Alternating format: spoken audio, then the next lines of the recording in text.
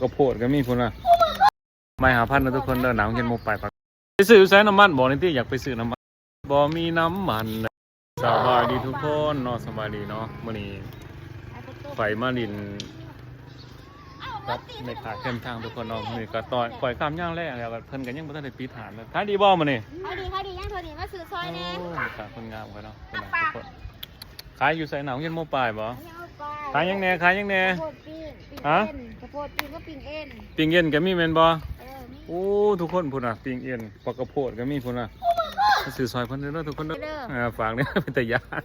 พาปุ๊กหนาซะก็เป็นตะยานปุ๊กหนาได้ไปค่ะไม่เท่าไรนี่ไม่หาพันนะทุกคนเด้อหนาวเย็นโมปลายปักเสไม่หาพันนะทุกคนเด้อหนาวเย็นโมปลายปักเสกระโพด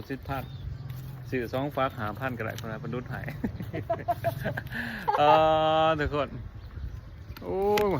ไปซื้อใช้น้ำมันบอกในที่อยากไปซื้อน้ำมันว่าขอยเองยังไม่ได้เขาขายอยู่ใส่น้ำมันบอกเนี่ยฮะบ่มีหรอกบ่มีเลยมื้อนี้เนาะหาซื้อหยางแห้งมาใส่ตลาดยางไป